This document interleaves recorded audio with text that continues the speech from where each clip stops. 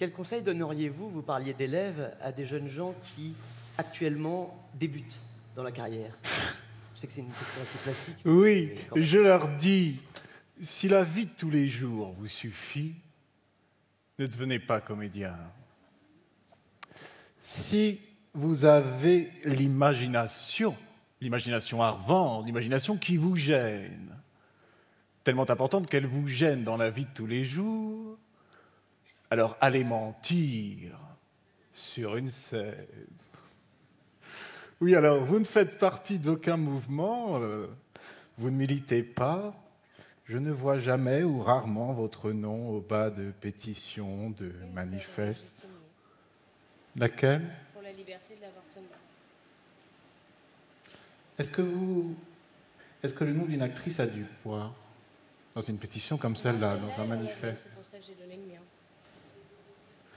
Pourquoi? Parce que souvent, des actrices m'ont dit je ne veux pas mettre mon nom là par respect pour le sérieux de cette cause. Pourquoi? Elles ont aussi peu bonne opinion d'elles-mêmes, non là? C'était important parce que les gens qui signaient cette pétition s'exposaient à des poursuites judiciaires et à l'emprisonnement. Alors, il est plus facile de mettre en prison une femme pas connue qui vit dans un HLM que des femmes célèbres, soit parce qu'elles sont actrices ou écrivains ou biologistes ou médecins.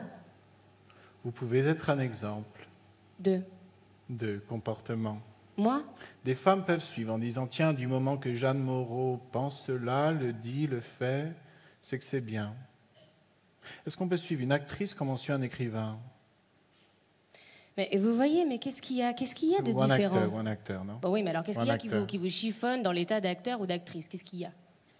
Quoi, il y a une idée de mensonge, de dissimulation, de trucage, de travail pas bien fait, de quoi? Non, quelqu'un qui est comédien ou comédienne peut être aussi reliable. On peut lui faire autant confiance qu'on peut faire confiance à un philosophe ou à un grand musicien, non?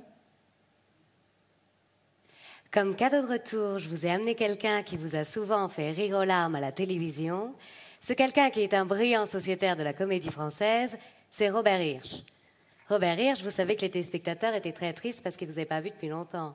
Ah bah oui. C'est vrai. On n'avait pas su ce qui m'était arrivé. C'était pendant une émission, alors on me pose une question. Il ne faut pas me raconter votre vie, Robert. On vous demande de nous dire, dites-moi, quelle est la date capitale de votre vie?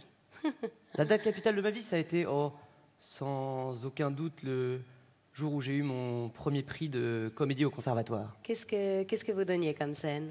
Je donnais en classique les précieuses ridicules Mascarille et en moderne le cocu magnifique de Cromlinck. Et vous avez eu les 2 prix? Non, il n'y avait qu'un prix à ce moment-là, mais je l'ai eu à l'unanimité, je tiens à le dire. Bien. Quel est le conseil le plus utile qu'on vous a donné dans votre vie?